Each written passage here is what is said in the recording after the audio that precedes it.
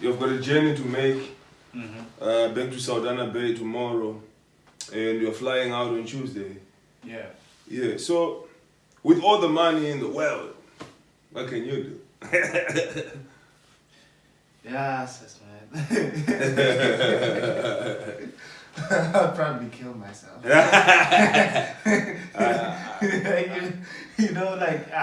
Bro, like money is important.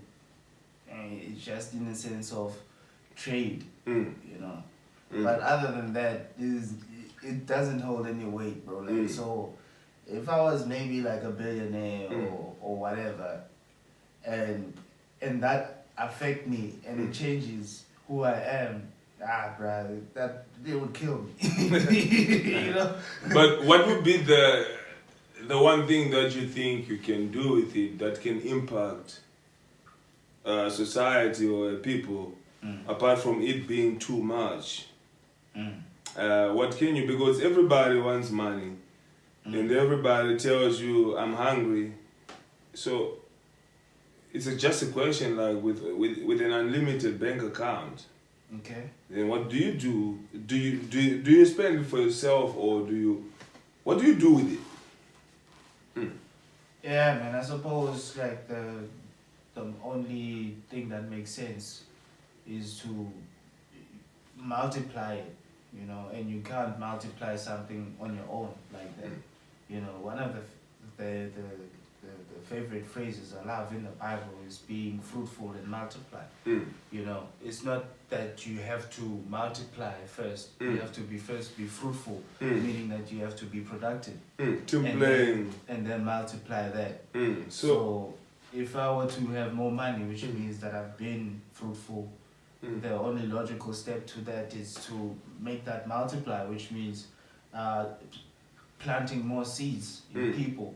Investing in people. Like that's the best investment you can make. Because funny thing is, a lot of people think a lot of money just happens and you just get a lot of money, but you have to network and get a lot of money. And then even for people with a lot of money, you find that they just invest it back into the communities and just make a lot of more money. Yeah. But what they do with that money is not really anything that is different from just living an ordinary life. Exactly. And just being a good human being, right? Exactly. That's why, like I'm saying, man, like if a lot of money would change me, then the only change that would be like go grandiose would be dying. I won't be like become like a messiah or something. Nah, but you see, with money, it's an important question for you to think about it, because it's very important, because everybody works for money. Everybody wants money. Yeah. But then when they ask one of those simple questions, with all this money you want in the world, what do you do with it? So if it kills yourself, then it means people don't even know themselves. Yeah. Because why would you want something that will kill you? So it means that our societies are then aligned to something that's dangerous. Yeah, exactly. Because majority of our people wants money. Yeah. For me, like, money is a tool, man. I don't want it more than I want, like, a camera to take pictures with it. I like that. You see, now you're starting to think like how I think. Because money is just a tool. Yeah. And it's like this information right now, like what we're saying, it can be used by someone. It's just like a source of doing something right. But it can't be the right. Or the only right. Crazy enough, like now that you remind me, like this question, like there's this guy like I used to I worked with, and he was like, I want 2 million. I wish I had 2 million. Like, why don't you wish you had 3 million? Like, nah, 2 million is enough. Why 2? Why 2? Because I know at least with 2 million. I won't go overboard. Like, I think people are like, people want money and they're also scared with money, which is something that is also important in a sense. Like you should respect money merely for the fact that it can attract. You know? Yeah, so at the end of the day, I think people fail to understand. I think I told you. People think they want money, but they want access. Yeah. Yeah, they want just the ability to know that people who matter thinks of them as well. And think that they matter too. Because, I mean, you can have money, but you may not have access. Yeah. Because you are not connected with that type of money, because money means money. So, and as I also told you, like, my dream and my drive is actually not to be rich, because there's a lot of rich people. So my dream and my drive is to create beautiful things that I can see myself grow to self-sustain and allow others to go to that place where they're self-sustainable and learn a lot about themselves and spiritual confidence. That's very important what you mentioned, bro, because even in one of Kanye West's interviews, he mentioned that like he wants to be a global citizen in the sense that he only needs to bring like a backpack.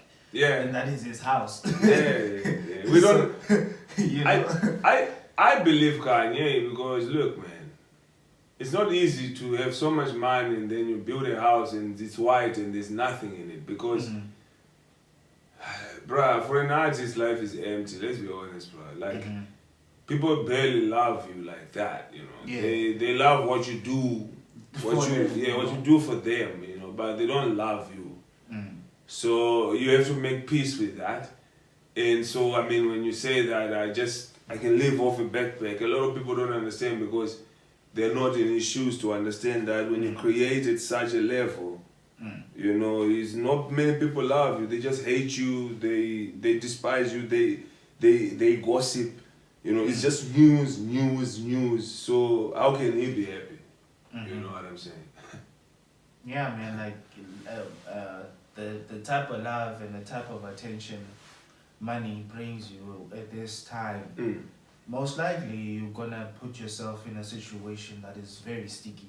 Yeah. You know, so like it's very important to know yourself before you get any type of access. That's why, like, for me, when I get back to saying like failure is the best teacher. Yeah. You know, like it teaches like, okay, who's out here supporting you when you're out here taking L's? Yes. You know? Yes. Who's behind you? You know? Who's actually re-strategizing? Yeah. Who's helping you navigate, you know? Exactly. So that by the time you catch W's, because as the law of averages suggests that the more you try, the better you get. Exactly. You know? I like that. So when it gets to whereby, okay, you get these infinite millions of rands, what do you do with it? What have you been failing at? Yes. You know, you have something to go back to. You know? You see, so it becomes an educational sphere and a platform that a lot of people can actually engage on. Because most of the things, like even for myself, bro, like I failed at, there were side passion projects. It's not like sometimes I had to abandon them because of I had bills to pay. Like looking back at it, I'm still like, wow, if I had the chance, like I wouldn't mind to actually go back and be like maybe an artist and make money off of that. I think you're already an artist, and that's why I like the spiritual aspect of how I look at things and say, you're never out of time as long as you're still breathing, because you can always rectify what you think you fail to rectify. And hence why I live with the motto, like, I never wanted to be the guy who tell people I wanted to. So that's why I did a lot of things, so that I satisfy myself to know that in whatever capacity those things are in, I'm satisfied.